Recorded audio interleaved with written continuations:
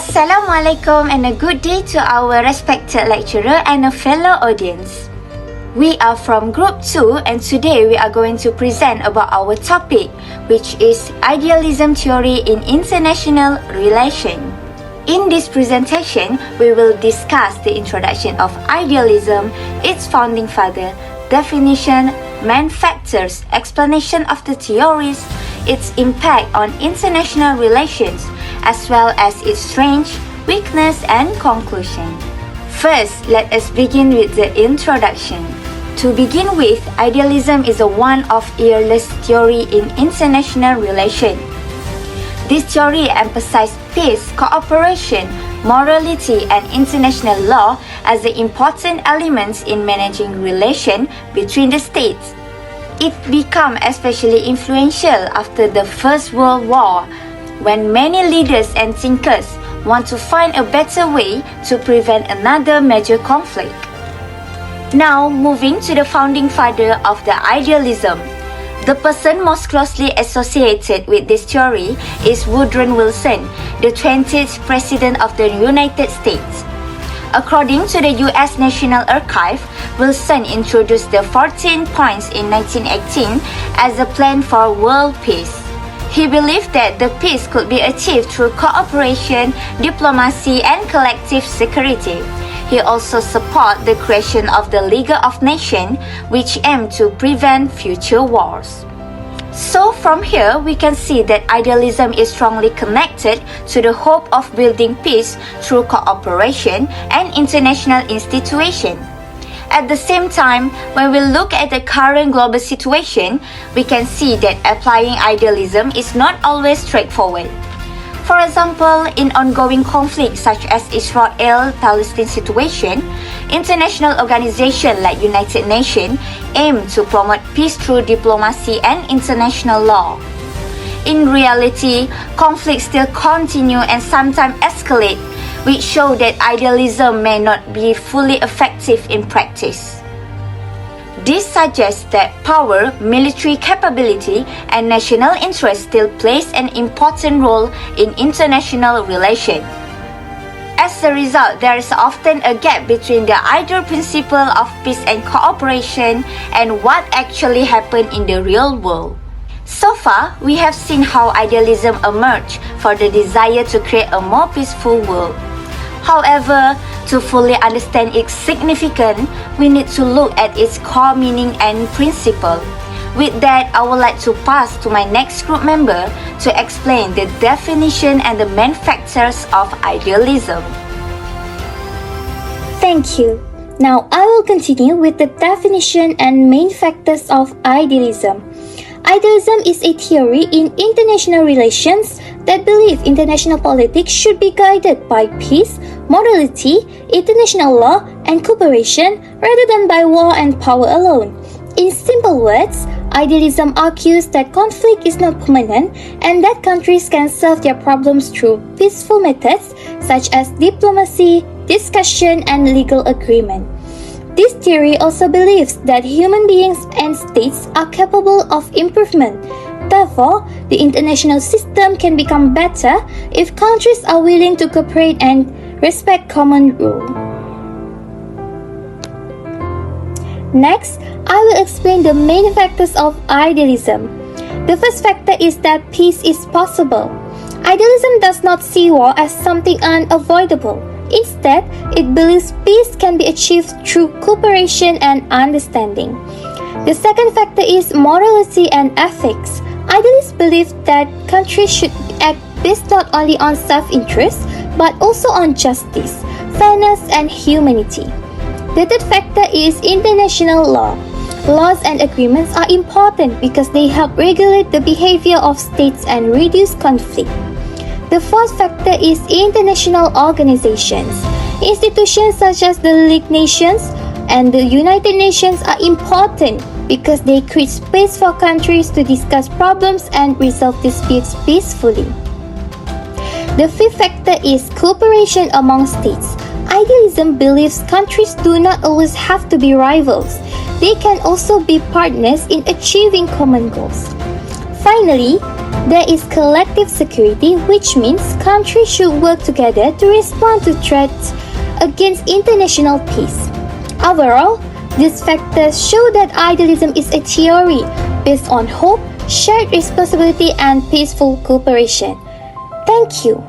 Now I will pass to the next presenter who will explain the theory in more detail and its historical development. Now, moving to my part where I will explain the theory of idealism in more detail and also his historical development about this theory that is idealism. Idealism presents the international politics as something that can be improved. It believes war does not have to dominate relationship between countries, but instead, country can choose the diplomacy, cooperation, also the legal solution. According to the idealism, conflict often happens because poor of communication, lack of trust, weak of international institution, and the last thing is because the failure to follow the law and the justice. Because of that, the idealists believe that the stronger institution and better cooperation will help to reduce the chances of war. Another important of this part is the diplomacy. Idealism encourages countries to solve the problem through discussion, negotiation, peaceful settlement instead of using the military forces only. And also, idealism also highlighted the importance of international institutions, whereby the institution will help the country to communicate, to reach rules, and to help manage the dispute or conflict in many peaceful ways. Now, I will explain a little detail about the historical development of the idealism. So, idealism, especially influential after the World War I. Why it's very influential? Is because at that time, World War I, the war caused a lot of major destruction, millions of deaths, and also instability in many countries. Because of this, as a result, many people wanted the international system which that can help them to prevent from another war to be happen again. This led to creation of the League of Nations in 1920, which became one of the clearest example of idealism thinking. Despite the League later failed to prevent the World War II, however, it was still an important effort to build the peace through the international cooperation.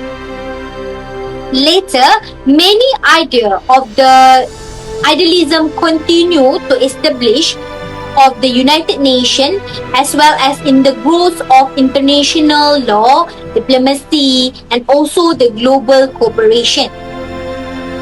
So, despite the idealism actually face a lot of criticism, its idea continue to influence the world politics and the international institution. That's all from my part.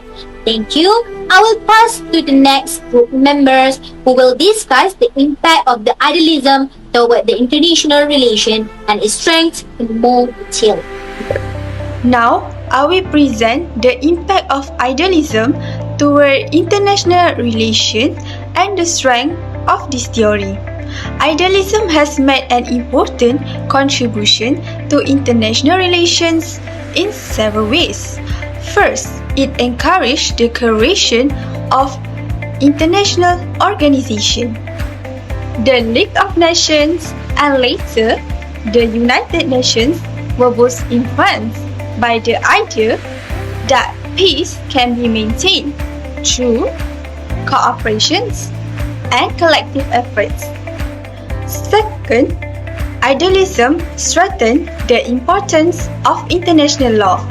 It promotes the idea that a country should follow shared rules, agreements, and treaties in order to maintain order and reduce conflict.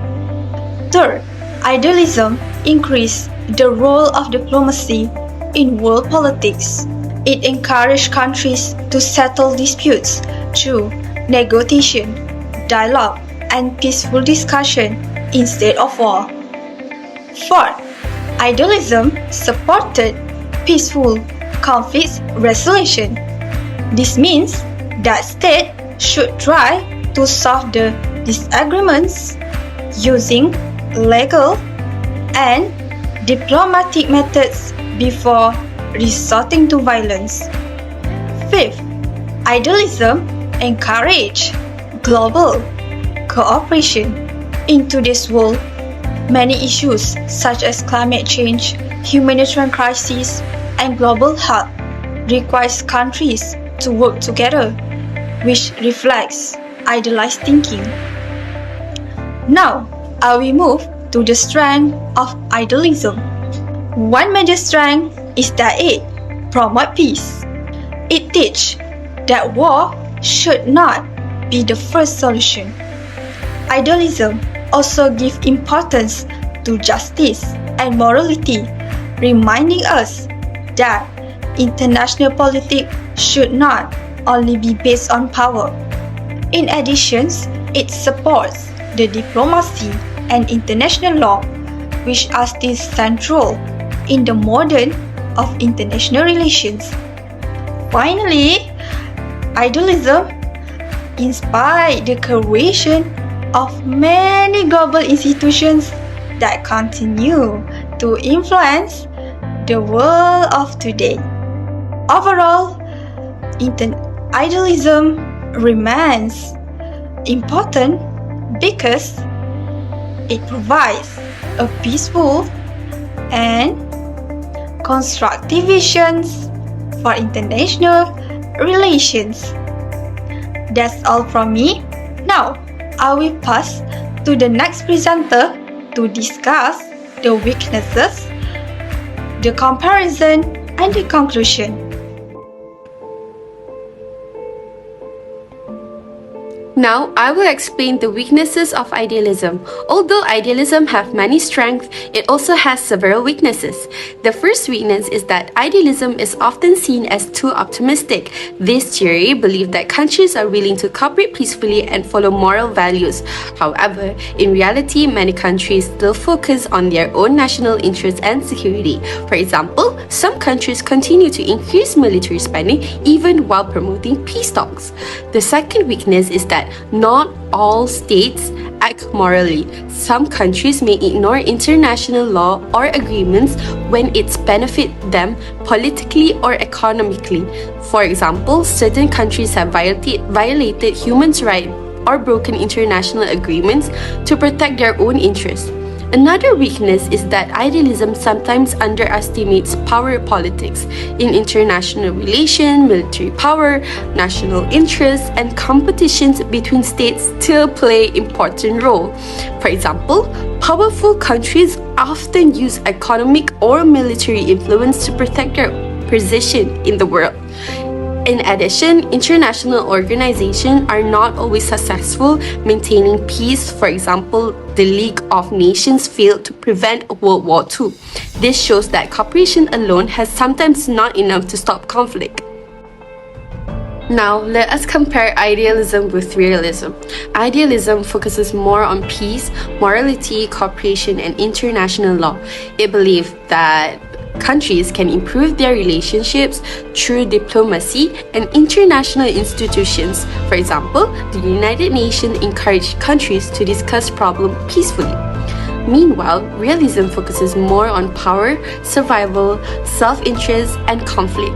Realists believe that competition between countries is normal because every state wants to protect their own interests. For example, countries may build stronger militaries to defend themselves from possible threat.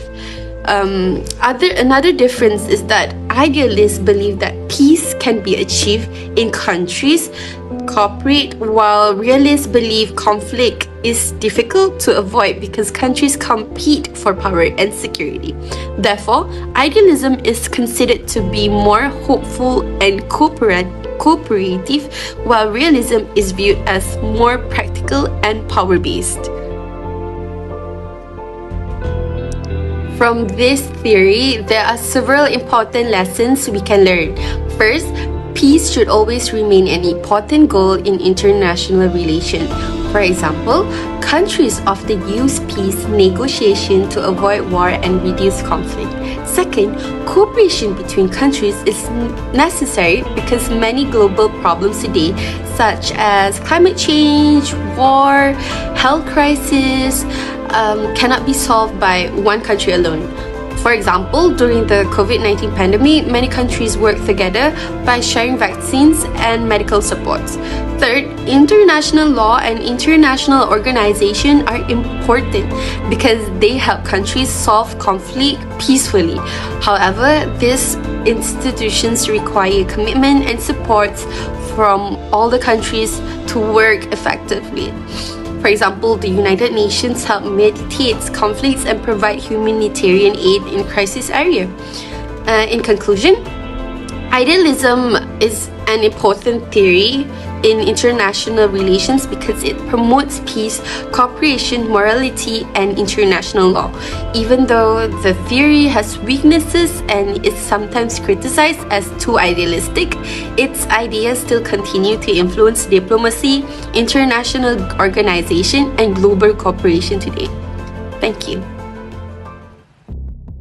To what extent is idealism still relevant in this modern international relation? Can you support your answer with a current example? Thank you, Haziq, for the question. Basically, idealism is still relevant in modern international relations because many global institutions, such as United Nations, are based on its principle of cooperation, diplomacy, and international law. However, its effectiveness is limited in practice because states often prioritize national interests and power. For example, in the current conflict such as Israel-Palestine situation, international organizations aim to promote peace, but conflict still continues. This shows that while idealism provides a strong framework for peace, it may not always be fully effective in real-world situations. Therefore, idealism remains important as a guiding principle, but it faces challenges in implementation. This clearly shows the gap between the theoretical ideas and the real-world politic behavior.